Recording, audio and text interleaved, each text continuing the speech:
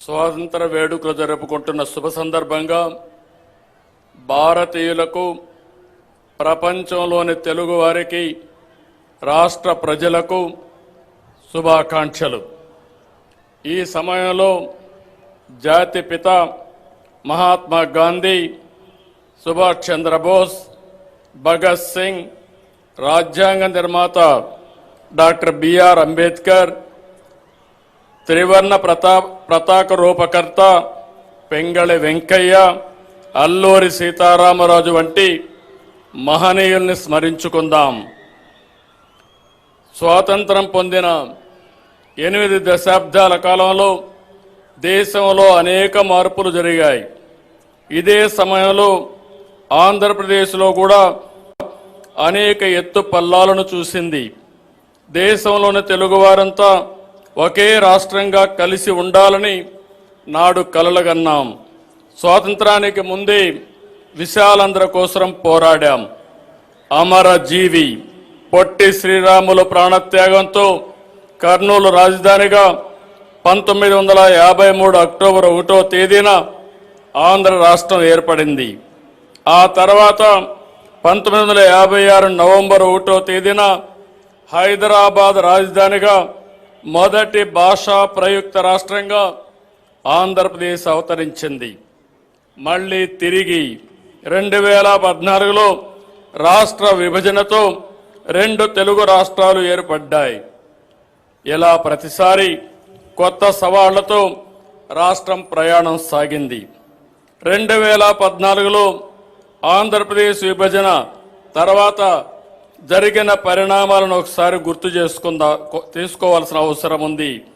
నవ్యాంధ్రప్రదేశ్కి మొదటి ముఖ్యమంత్రిగా ప్రజలు నాకు నాడు అవకాశం ఇచ్చారు. అనుభవం, ప్రజల సహకారంతో కష్టపడి దేశంలో టాప్ 3 రాష్ట్రాల్లో ఒకటిగా ఏపీని నిలిపాం. 2019లో వచ్చిన ప్రభుత్వం 5 సంవత్సరాల పాటు రాష్ట్రాన్ని విధ్వంసం చేసింది. ఏపీ బ్రాండ్ నాశనం చేసింది. వ్యవస్థలను నిర్వీర్యం చేసింది. రాష్ట్రం 30 ఏళ్లు వెనక్కిపోయింది. 10 లక్షల కోట్ల రూపాయల అప్పులు, బకాయిలతో ఆర్థిక విధ్వంసం చేశారు. ఆ 5 ఏళ్లు ఎక్కడా అభివృద్ధి జరగలేదు.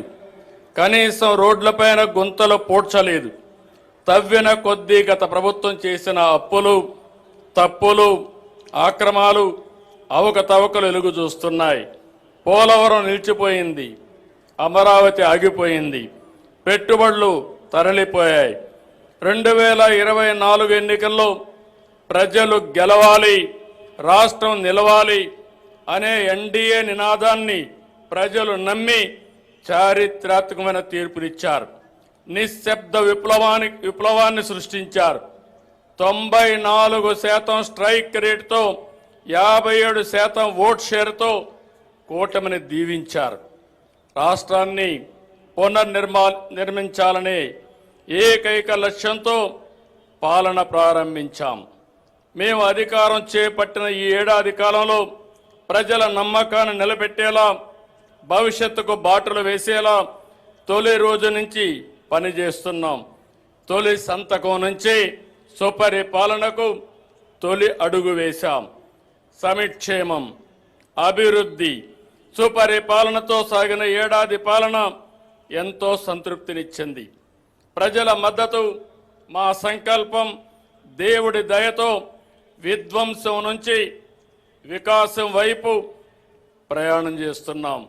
నేను ఈరోజు సవినయంగా, సగర్వంగా చెప్తున్నా, కూటమి ప్రభుత్వంలో సమిక్షేమానికి సాటి లేదు, అభివృద్ధికి అడ్డు లేదు,